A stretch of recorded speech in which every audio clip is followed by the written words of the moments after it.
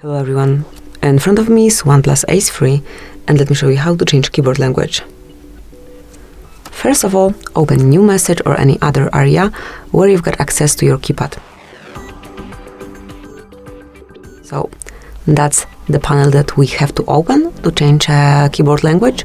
Now mark settings, choose languages, tap on add keyboard, choose the one that you want to apply. You can either scroll all the way down till you find the preferred language or mark search button and enter it. Tap on done. Now you can remove unnecessary languages if you want to.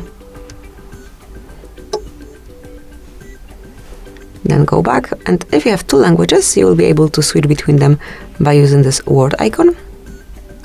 And if there is one language only, let me remove Arabic now.